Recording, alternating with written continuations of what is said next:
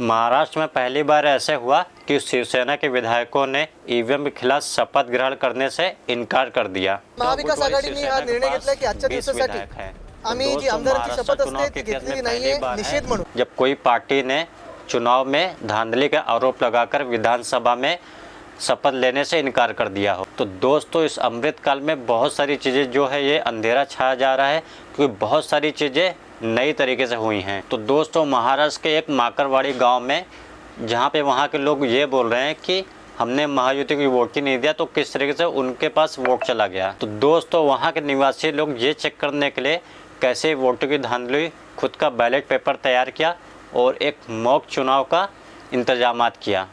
दोस्तों अब इसका पता पुलिस अधिकारी को लग गया, चुनाव आयोग को लग गया, सरकार को लग गया, तो उन्होंने ये चुनाव बंद करा दी। तो दोस्तों वहाँ पर धारा 144 लगा दी गई, और जबकि दोस्तों वहाँ के लोगों ने सरकार से ना तो कोई आर्थिक मदद मांगी, खुद के पैसों से उन्होंने बैलेट पेपर चुनाव का इंतजाम किया कि किस तरीके से उनको वोट ज़्यादा पड़ गई।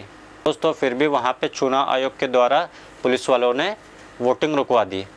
तो दोस्तों ये कैसा डर है, ईवीएम के ऊपर किसी को भरोसा नहीं है, वोटरों को ये तक भरोसा नहीं कि वोट कहाँ दे रहा है और वोट कहाँ जा रहा है। तो दोस्तों कांग्रेस ने भारत जोड़ो यात्रा की तरह ईवीएम के लिए यात्रा निकालने की मांग कर दी है। तो दोस्तों आपको पता होगा अखिलेश यादव ने संसद में यहाँ तक ये भी बात बोल दी कि मैं अगर 80 की 80 सीटें भी जीत जाऊँ तो भी मुझे ईवीएम पर भरोसा नहीं है। तो दोस्तों मायावती ने यहाँ तक ये भी कह दिया जब तक ईवीएम नहीं हटेगा तब तक वो उपचुनाव नहीं लड़ेंगी। तो अब उद्धव ठाकरे वाली शिवसेना ने भी ईवीएम के खिलाफ मोर्चा शुरू कर दिया है और उनके अपने विधायकों को विधानसभा में शपथ नहीं दिलाई गई। दोस्तों दूसरी तरफ महाराष्ट्र पे एक और प्रयोग चल रहा है, और ये प्रयोग एकनाथ शिंदे को बर्फ पर जलाने के प्रयोग चल रहा है। दोस्तों आपको याद होगा जब अजित पवार 2019 में शपथ लेते हैं तो उनके पास 9 ईडी करप्शन जांच जो रहते हैं वो बंद कर दिए जाते हैं। तो दोस्तों क्या ये सिर्फ संयोग है कि अजित पवार 3 दिन बाद बीजेपी का साथ छोड़ देते अपने ऊपर करप्शन चीज़ें हटाकर? तो दोस्तों क्या ये एक संयोग है कि जब 2019 में देवेंद्र फडणवीस के साथ अजित पवार शपथ लेते हैं तो 9 ईडी कार्रवाई उनके ऊपर जांच एजेंसियां बंद हो जाती हैं। तो दोस्तों क्या ये संयोग है कि बीजेपी से अपने ऊपर ईडी करप्शन हटवा कर 3 दिन के भीतर ही बीजेपी का साथ छोड़ देते अजित पवार? दोस्तों क्या ये संयोग है कि 2021 में मोदी की ईडी ने अजित पवार के ऊपर 1000 करोड़ की संपत्तियां सीज कर दी? तो दोस्तों क्या ये संयोग है कि अजित पवार अभी रिसेंटली शपथ ग्रहण करते ही उनकी जो भी बेनामी संपत्ति थी वो रिलीज़ कर दी? तो दोस्तों 2021 को जो अजित पवार की संपत्तियां जब्त कर दी गई थी, 100 करोड़ से ज़्यादा मार्केट वैल्यू की जरदेश्वर शुगर फैक्ट्री थी, साउथ दिल्ली में स्थित 20 करोड़ रुपए का फ्लैट था, पार्ट पावर का निर्मल ऑफिस था, इसकी कीमत 25 करोड़ रुपए थी, गोवा में 250 करोड़ का निलय रिसोर्ट था, पूरे मुंबई समेत महाराष्ट्र की 27 अलग अलग जगहों पर ज़मीनें थीं।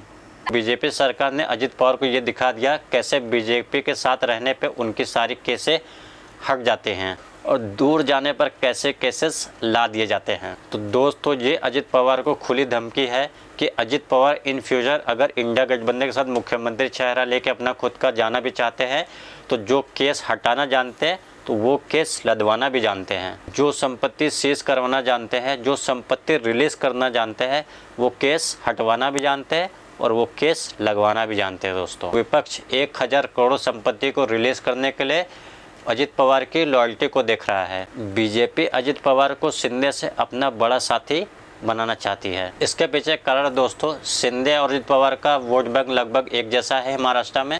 ये दोस्तों core Hindu Maratha vote bank. दोस्तों शिंदे और बीजेपी हिंदू वोट बैंक का आपस में ही बंटवारा कर लेते हैं। बीजेपी का वोट शिंदे के साथ रहने से बढ़ता है। दोस्तों अजित पवार के साथ मुस्लिम वोट जुड़ता है। अजित पवार के रहने से बीजेपी को मजबूती मिलती है। और दोस्तों बीजेपी ये बात कहती है कि 2019 पे बीजेपी अपने दम पर सरकार बनाएगी। अपने दम पर सरकार बनाने का सपना शिंदे को साथ रखकर कभी पूरा नहीं होगा। झव्वा भर वोट शिंदे और बीजेपी में रहकर पबुआ भर वोट रह जाते हैं, फिर अपने साथ अपने हिंदू वोट काटने वाली शिवसेना को बर्दाश्त नहीं करेगी। शिंदे या तो कमज़ोर होकर बीजेपी के साथ खड़े होना चाहे तो खड़े हो सकते हैं, नहीं तो उनको अजित पवार के पीछे खड़े होना पड़ेगा तो रह पाएंगे। दोस्तों शिंदे को उद्धव ठाकरे वाली शिवसेना बीजेपी कभी बनने नहीं देगी।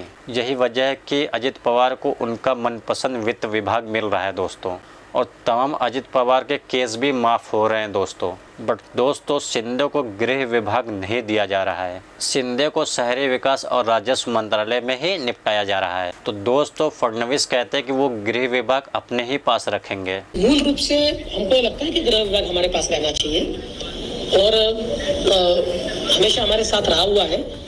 और विशेष रूप से क्या होता है, वैसे तो हम तीनों साथ में ही है, लेकिन चूंकि केंद्र सरकार से, केंद्रीय गृह मंत्रालय से बहुत ज़्यादा कोऑर्डिनेशन करना पड़ता है। नक्सल की समस्या है, मुंबई जैसा एक शहर है जो मैं ऐसा मानता हूँ बहुत वल्नरेबल शहर है, एक प्रकार से आर्थिक राजधानी है, तो इसलिए आसान होता है।